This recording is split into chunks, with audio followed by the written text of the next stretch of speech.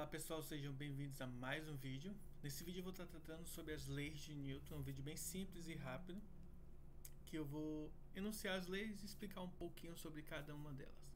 Bom, vamos lá.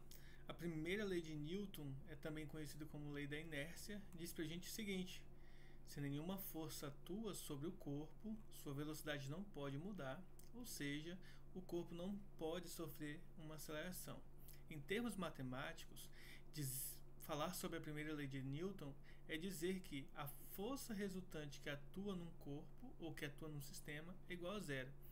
Isso significa que o corpo está em equilíbrio e, como foi estudado anteriormente, se o corpo está em equilíbrio, vai acontecer duas situações. Primeiro, se a velocidade desse corpo for nula, então esse corpo está em repouso. Nós dizemos então que esse corpo está em equilíbrio estático, ou seja, está parado. Se por acaso a velocidade é diferente de zero, então esse corpo está em movimento retilíneo e uniforme, ou seja, um equilíbrio dinâmico. Ele não sofre variação de velocidade.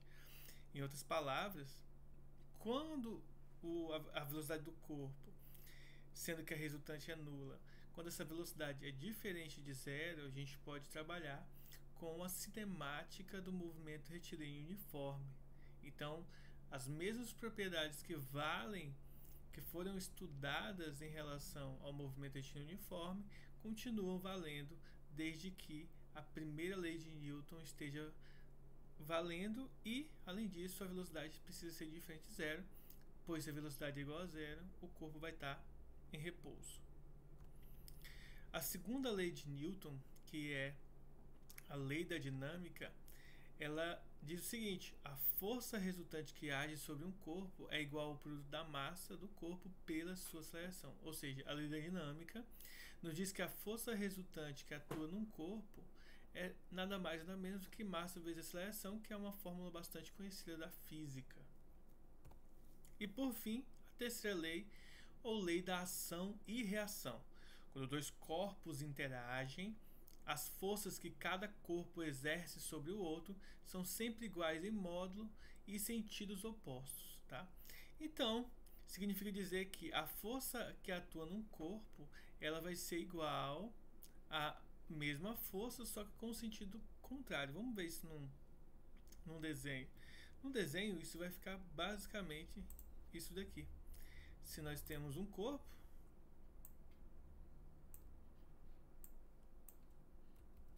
imagina um bloco, né? Deixa eu trocar aqui a cor. Então, imagina que a gente tem um bloco. Então, nesse bloco, imagina que ele está apoiado sobre uma mesa. Tem aqui uma mesa, tem um bloco em cima.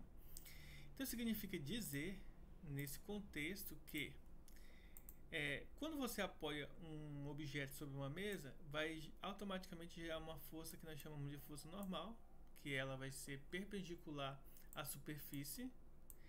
E se o objeto tiver massa, ele também automaticamente tem peso, ou seja, a força que aponta para o centro da Terra. Então, nesse caso aqui, nós temos um equilíbrio das forças e uma ação e reação. Então, quando você, por exemplo, pega um objeto, imagina a parede, e nessa parede você está apoiando a sua mão. Então imagina que esse bloco quadrado aqui seja uma mão. Então a força que você impõe na parede, automaticamente a parede vai empurrar a sua mão de volta com a mesma força. O que muda é o sentido. Então significa dizer que, em termos de valores em módulo, a mesma força que você emprega na parede é a mesma força que a parede emprega na sua mão.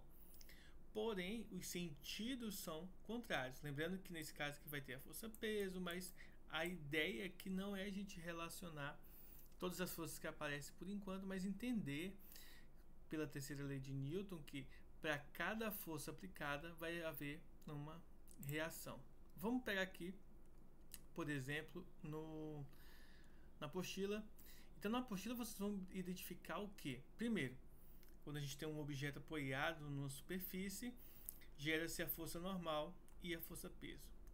Em geral, quando a superfície ela é horizontal, a força normal e a força peso sempre são iguais, elas sempre se anulam. E a resultante nesse contexto é igual a zero, porque as forças vão se encontrar em equilíbrio. Ora, se nessa configuração há uma força empurrando o objeto, observem que a força normal e a força peso continuam em equilíbrio, porque o objeto nem desce e nem sobe. Então essas forças continuam sendo iguais, porém vai ter uma força que vai fazer com que esse objeto vá à frente. Logo, essa força Fzinha aqui é que vai ser a força resultante nesse objeto. Logo, nós temos aí uma força a mais. Imagina o seguinte, se nessa situação existisse, por exemplo, existisse então um objeto que fizesse com que um atrito, né, que fizesse com que esse objeto ficasse parado, a gente poderia então dizer o seguinte: dizer que vai ter a força F atuando para frente e que vai ter uma força Azinha, que é o atrito. Nesse contexto, se o objeto está se movendo, a gente vai ter que a resultante vai ser a força F menos o atrito. Porém, pela segunda lei de Newton também, a gente pode dizer que a resultante é igual a massa vezes a aceleração. Observe que geralmente os livros colocam a aceleração, alguns livros colocam a aceleração como sendo a letra grega ômega, e aí às vezes é interessante a gente utilizar ela. Outros livros utilizam a letra A mesmo. Então, a gente vai montar esse sistema de equação, mas na hora de resolver, a gente vai resolver assim, ó. A força F menos a força atrito é igual a massa vezes a aceleração. Então a gente vai resolver essa continha aqui. Lembrando que o atrito, ele é o coeficiente de atrito vezes a normal. Então é importante saber disso. E se a normal e o peso se equilibram, a gente pode dizer que a normal é igual ao peso, que por sua vez o peso é massa vezes gravidade. Então a gente consegue, a partir de uma letra, de uma força, concluir os valores das outras, tá? E aí no princípio da inércia, como já foi explicado, nós temos que podem acontecer dois processos: ou o corpo está em equilíbrio estático, ou seja, em repouso, ou ele está em equilíbrio dinâmico, ou seja, em movimento retilíneo e uniforme. Ora, todas as vezes que a gente precisa então aplicar a segunda lei de Newton, a gente tem que entender que esse movimento ele vai estar acelerado. Por que esse movimento vai estar acelerado? Bom, esse movimento vai ter uma aceleração, pois justamente a resultante das forças é massa vezes a aceleração. Então, a resultante é massa vezes a aceleração. Logo, vai haver uma aceleração envolvendo o sistema. Ora, se eu tenho um corpo e a aceleração desse corpo é nula, então a resultante também é nula. Se a resultante é nula, então ou ele está em repouso, ou então ele está em movimento retilíneo uniforme. Ou seja, então para esse tipo de estudo que a gente está tendo, para aplicar a segunda lei de Newton, o corpo não pode estar em repouso, nem pode estar em movimento retilíneo uniforme, tem que haver uma aceleração.